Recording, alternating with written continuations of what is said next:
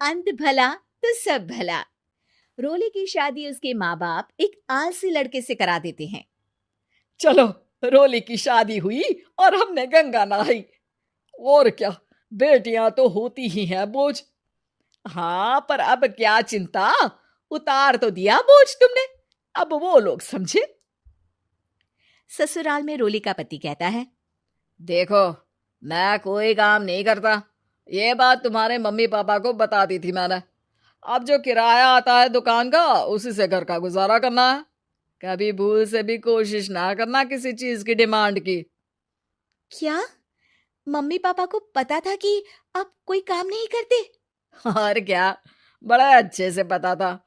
उन लोगों को तो तुम बोझ लगती थी, बोल रहे थे कि बस शादी कर लो और कोई मतलब नहीं है। रोली को यह सुनकर बहुत गुस्सा आता है, लेकिन करती भी तो क्या, क्योंकि वो जानती थी कि उसके माता पिता ऐसे ही हैं। जैसे तैसे रोली दिन काट रही थी। रोली को एक प्यारी सी बेटी होती है। धीरे धीरे वो बड़ी होती है और उसके साथ उसकी जरूरतें भी बढ़ती जाती हैं। सुनिए जी, अब तो सिमी बड़ी हो रही है, उसका स्कूल में दाखिला कराना है। मैंने अब तक तो जैसे तैसे समय काट लिया, लेकिन मैं बच्ची की परवरिश में कोई कमी नहीं रखूंगी। अरे क्या है यार, अब तो लगता है कोई ना कोई काम ढूंढना ही पड़ेगा। अब पति रोज काम की तलाश में जाता और बिना किसी काम के वापस आ जाता।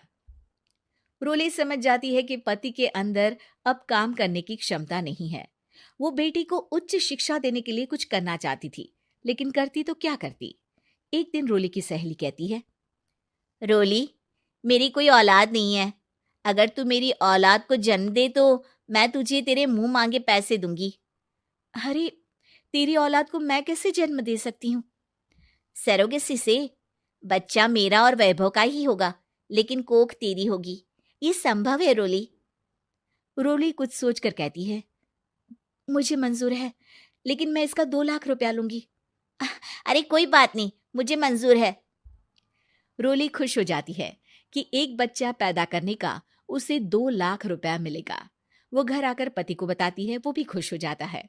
अब क्या था, डॉक्टर के पास जाकर सहेली का बच्चा रोली की कोख में पलने लगता है। मुझे 20,000 चाहिए मेरे बेटी के एडमिशन के लिए। हाँ हाँ ठीक है, मैं उसके एडमिशन से लेकर सारे खर्चे उसके अकाउंट में डाल रही हूँ। रोली की बेटी का एडमिशन हो जाता है। रोली को लगता है कि वो अब सब कुछ ठीक कर देगी। दिन और महीने आगे बढ़ते हैं। अब एक दिन, एक बात कहूँ जी, काश इस बच्चे को मैं रख पाती। मैं अब इससे काफी जुड़ गई हूँ। अरे यार, पता नहीं किसका बच्चा है, अपने पास है ना अपनी मुन्नी। हाँ, लेकिन अब मैं भी इस बच्चे से जुड़ाव फील करने लगी हूँ। लेकिन मैं ये जानती हूँ कि ये मेरा बच्चा नहीं है। दोनों की जिंदगी ठीक चल रही थी, लेकिन कहते ना कि सुख का पल ज्यादा लंबा नहीं होता। एक दिन रोली की सहेली का फोन आता है। रोली, मुझे अब ये बच्चा नहीं चाहिए, मैं अपने पति को छोड़ रही हूँ। अरे लेकिन मुझे पैसों की जरूरत है, बच्चा तुम्हारा है, मैं क्या करूंगी?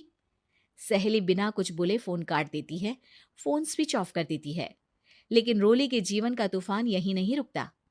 रोले, मैं इतना भार नहीं उठा सकता। आज पढ़ाई का पैसा मांग रही हो, कल को शादी, कॉलेज और पता नहीं क्या क्या। मैं तुम्हें छोड़ रहा हूँ, अपनी बच्ची उठाओ और निकलो इस घर से। अरे पर मैं कर तो रही हूं ना बच्चे के लिए काम, आप आराम से रहिए ना। क्या काम कर रही हो, देख रहा हूं मैं। ये छोटा शहर है, यहाँ लोगों को बात बनाते वक्त नहीं लगता। तो मैं क्या करूं? ज्यादा पढ़ी लिखी नहीं हूं, कैसे घर के खर्चे चलाऊं?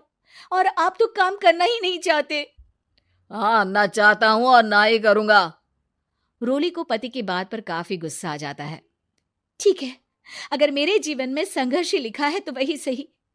इस वक्त पति होने के नाते आपको मेरा साथ देना चाहिए था, लेकिन नहीं, आपने तो इस हाल में मुझे घर से बाहर निकालने की बात कह डाली। देखो, ये सारी फालतू की बातों के लिए वक्त नहीं है मेरे पास। रोली, जिसकी कोख में किसी और का बच्चा था और साथ छोटी सी बेटी, पति का घर छोड़कर रास्ते पर आ जाती है।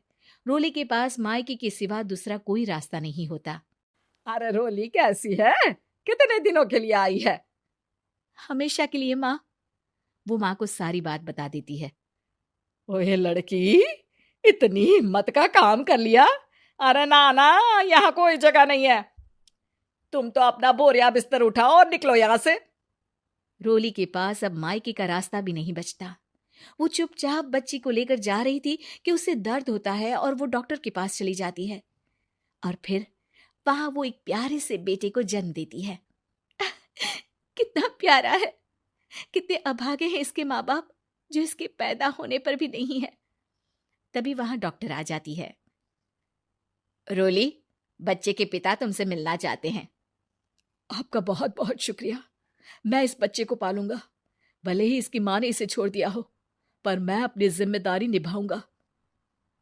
तो क्या आप मुझे इसके पैदा करने के लिए जिन पैसों की बात हुई थी वो भी देंगे? हाँ, और साथ ही आप चाहें तो मेरे घर में रहकर मेरे बच्चे की देखभाल भी कर सकती हैं। मैं उसके लिए आपको सैलरी दे दिया करूंगा। रोली को लगता है कि जैसे भगवान ने उसके लिए सुकून का रास्ता खोल दिया। वो अब मुकेश के साथ उसके घर चली जाती है, जहां रहकर वो उस बच्चे की देखरेख करती है।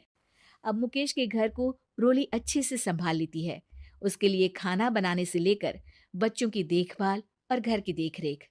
धीरे धीरे मुकेश को रोली से प्यार हो जाता है। रोली, तुम्हारी बेटी और मेरा बेटा बिल्कुल भाई बहन की तरह साथ रहते हैं। हाँ, आखिर है तो एक ही कोख के बच्चे, अटैचमेंट तो होगा ही ना। रोली, तुमने घर और मुझे दोनों को संभाल लिया। ये तो मेरा काम है। आपने भी तो मुझे छत दी जिससे मैं अपनी बेटी की पढ़ाई और भविष्य के लिए पैसे जोड़ सकूं।